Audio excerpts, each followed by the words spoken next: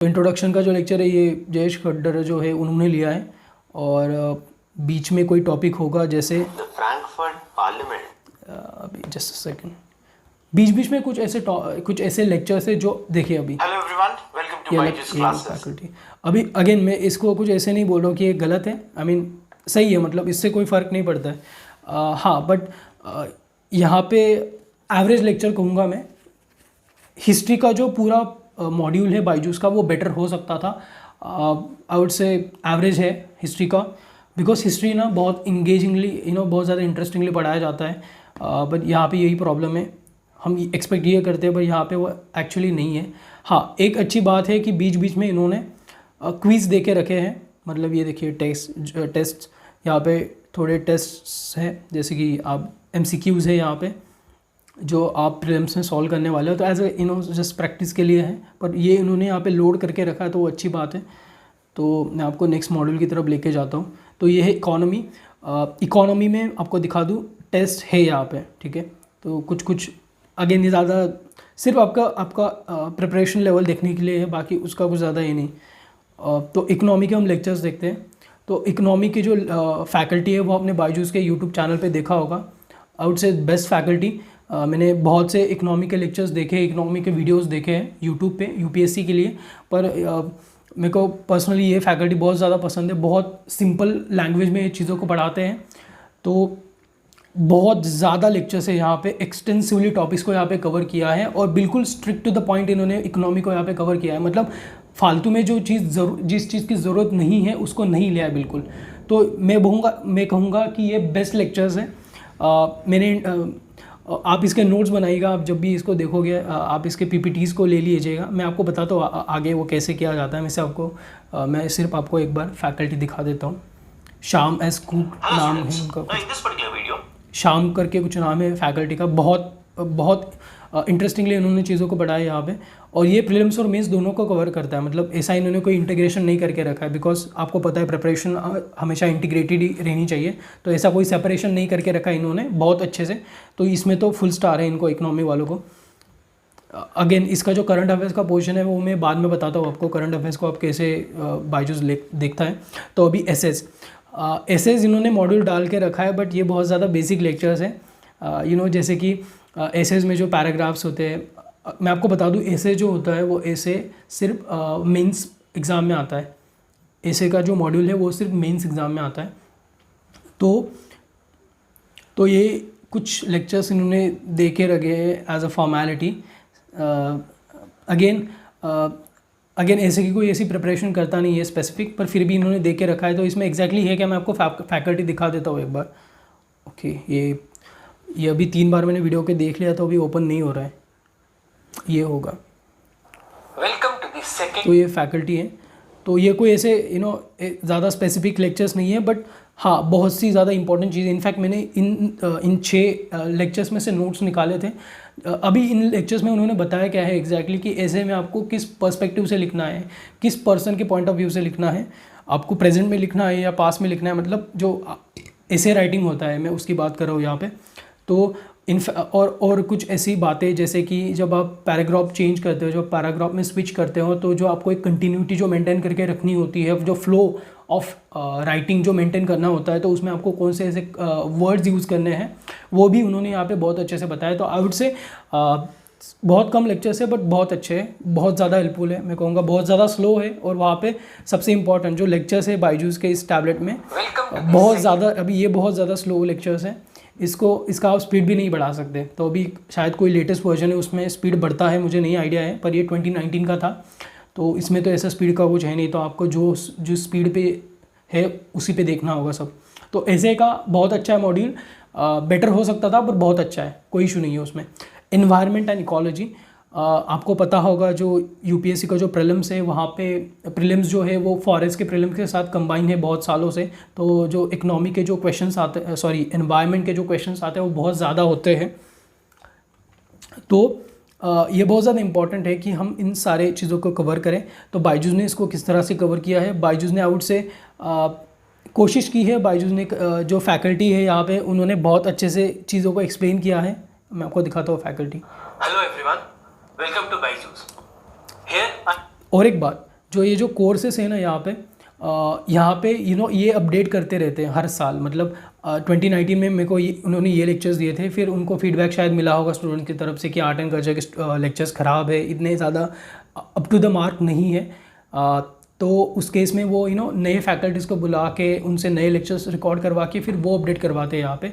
तो ये सिर्फ नए स्टूडेंट्स को ही मिलता है जो नया कोर्स ले रहे हैं। तो ऐसा नहीं है कि इन्होंने कोई नए लेक्चर्स रिकॉर्ड किए सपोज से पॉलिटी के लिए, तो इसका मतलब ये नहीं है कि वो आपको मिल जाएंगे, कि वो आपको SD कार्ड भेजेंगे, ऐसा नहीं है। तो मे बी ये वो ऑनलाइन अपने स्टूडेंट पोर्टल पे अपडेट कर सकते हैं। मैं आगे बात करता हूँ स्टूडेंट पोर्टल की। तो यहाँ पे एनवायरनमेंट एंड इकोलॉजी में अभी ये जो बायजूस का आपको जो आइकॉन दिख रहा है, तो इसका मतलब है कि ये लेटेस्ट अराउंड 2017 एंड 18 में रिकॉर्ड हुए थे। I am not sure about this. हाँ, पर मैंने जो भी लेक्चर्स देखे उसके अकॉर्डिंग, उसके हिसाब से आई गेस जिन पे भी इस टाइप का लोगो आता है ना, वो अराउंड 17 या फिर 2018-19 में रिकॉर्ड हुए लेक्चर्स होते हैं। तो ये लेटेस्ट लेक्चर था। तो एनवायरनमेंट एंड इकोलॉजी में सिलेबस कवरेज अच्छा है, I would say to the mark है, कुछ ज़्यादा नहीं कुछ कम नहीं। और एनवायरनमेंट ऐसा सब्जेक्ट है जिसको आप बहुत ज़्यादा भी पढ़ोगे फिर भी आपको कम ही लगेगा, तो सेंस बनता नहीं है ज़्यादा चीज़ों को यहाँ पे। तो इन्होंने मैक्सिमम चीज़ें यहाँ पे कवर करके रखी है। हाँ, पर कुछ टॉपिक्स ऐसे हैं जहाँ पे बहुत ज़्यादा पुराने लेक्चर्स इन्होंने देखे रखे हैं। जैसे कि मैं आपको ये दिखाता हूँ, एनवायरमेंटल इम्पैक्ट असेसमेंट। हाँ, तो ये EIA का, तो आप देखिए बहुत ज़्यादा पुराने लेक्चर से आपको इस आइकॉन से ही पता चलेगा। और मेरे को क्वालिटी अच्छा नहीं लगा बिकॉज बहुत से चेंजेस इस चीज़ में हुए हैं, तो they should had updated this thing. तो ये बहुत सब्जेक्ट्स में यहाँ पे हुआ है, जहाँ पे लेक्चर्स बेटर हो सकते थे, जहाँ पे नॉलेज अपडेट हो सकता था, जैसे कि इस एग्ज़ाम में होते रहता है। ये इन्होंने अपडेट नहीं किया अच्छे से। तो हाँ, पर जो भी इनको ज़्यादा इंपॉर्टेंट लगता है वो उन वीडियोस को ये स्टूडेंट पोर्टल पे अवेलेबल करवाते हैं। तो आपको स्टूडेंट पोर्टल का मैं बताऊंगा आगे क्या है एग्जैक्टली। तो यही है। बाकी यहाँ पे सिलेबस कवरेज अच्छा है, अप टू द मार्क है आउट से, और वही मतलब they are above average lectures, good lectures actually. तो इसमें कोई इतना ज़्यादा इशू है नहीं। एथिक्स, इंटेग्रिटी एंड एप्टीट्यूड, ये बहुत ज़्यादा पुराने लेक्चर्स हैं। अगेन ये बहुत ज़्यादा सब्जेक्टिव मैटर है।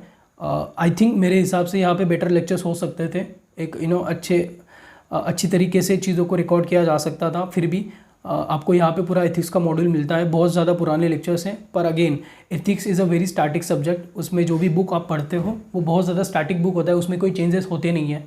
वो चेंजेस थोड़े बहुत केस स्टडीज़ में ही होते हैं, और वो बहुत ज़्यादा मतलब हर साल के हिसाब से अलग अलग ही आते हैं, तो उसका इससे कोई लेना देना है नहीं। तो यहाँ पे मैं आपको जैसे बता रहा हूँ कि एथिक्स में ये एक फैकल्टी है। Hello students, welcome to Byju's classes.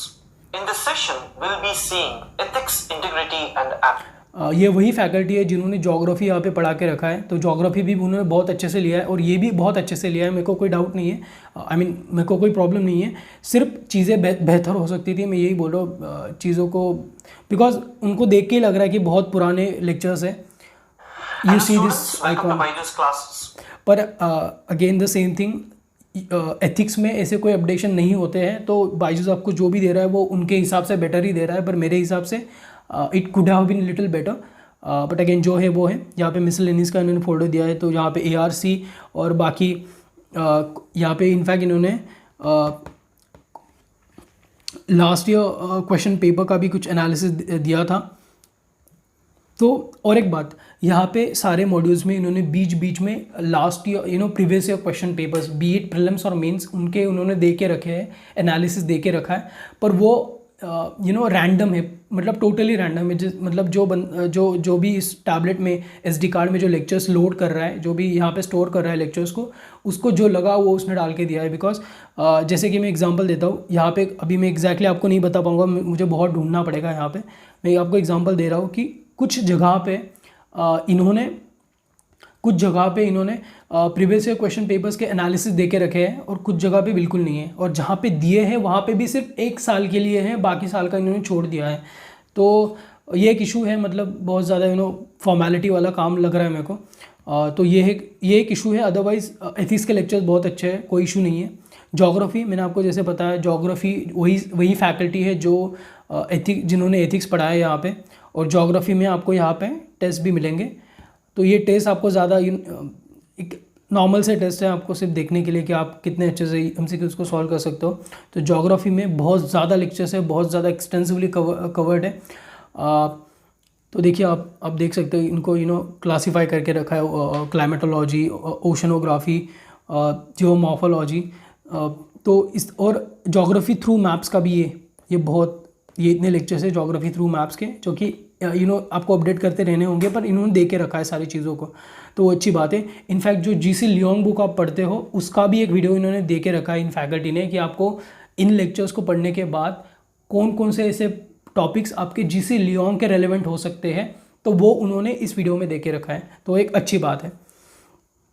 और एनसीईआरटीज़ भी यहाँ पे दी हुई है, तो यहाँ पे ज्योग्राफी की सारी एनसीईआरटीज़ है। अगेन यहाँ पे कोई उन्होंने एक्सप्लेन नहीं किया है कुछ, सिर्फ उन्होंने बताया है, उन्होंने आपको बोला है कि अगर वो फैकल्टी सपोज 6 स्टैंडर्ड की एनसीईआरटी यहाँ पे पढ़ा रहे हैं, तो basically they are expecting you to open 6 standard NCERT and they are telling you to highlight few important topics, जो इन फैकल्टी को लगता है कि शायद एडिशन हो सकता है, एक वैल्यू एडिशन हो सकता है। तो यहाँ पे उन्होंने पढ़ाया नहीं है, हाँ थोड़ा थोड़ा उन्होंने बीच बीच में बताया, और बेसिकली आपको हाईलाइट करने के लिए बोला है कि ये इंपॉर्टेंट है, ये आप पढ़ लीजिए, इसके आगे आपको जाने की ज़रूरत है नहीं। तो ये भी अच्छी बात है, इन्होंने एनसीईआरटीज़ कवर करके रखी है।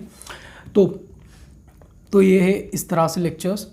यहाँ पे सिलेबस कवरेज अच्छा है, बहुत अच्छा है, सिलेबस कवरेज को कोई इशू है नहीं, पर फिर भी आपको एनसीईआरटीज़ तो पढ़नी ही पड़ेंगी 11th और 12th की एटलीस्ट ज्योग्राफी के लिए। तो ये है एक स्पेसिफिक इशू मुझे ज्योग्राफी के मॉड्यूल में जो लगा है पर्सनली, वो ये है, अभी बहुत ज़्यादा सब्जेक्टिव मैटर है ये भी, पर फिर भी मैं आपको बता देता हूँ कि मैं मुझे ज्योग्राफी जो ह्यूमैनिटीज़ से जो सब्जेक्ट्स है, क्योंकि मेरा एक टेक्निकल बैकग्राउंड है, तो नॉन टेक्निकल चीज़ें मुझे समझ में नहीं आती ज़्यादा।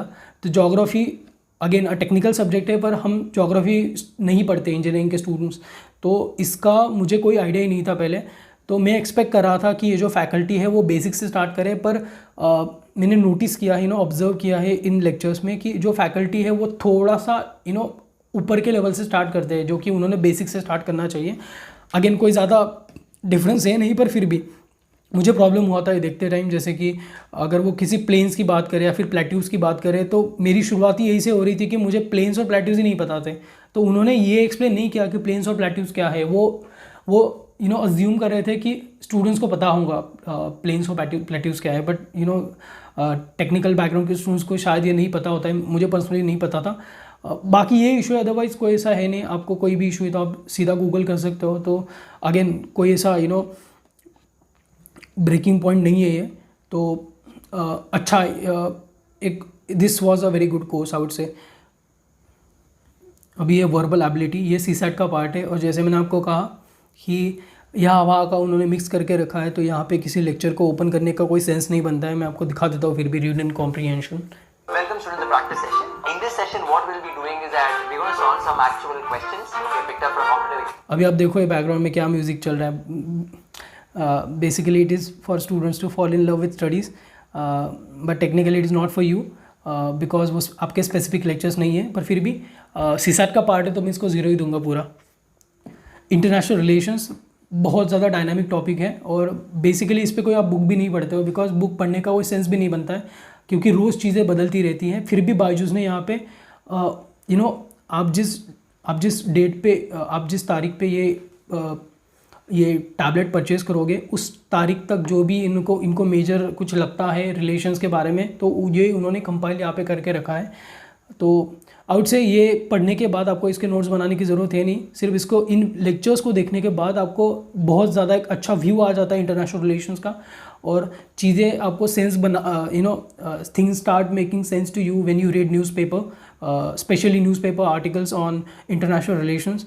तो ये एक अच्छी बात है। अगेन यहाँ पे जो कंसोलिडेशन है टॉपिक्स का वो अच्छा नहीं है इतना, और अप टू डेट भी नहीं है, पर फिर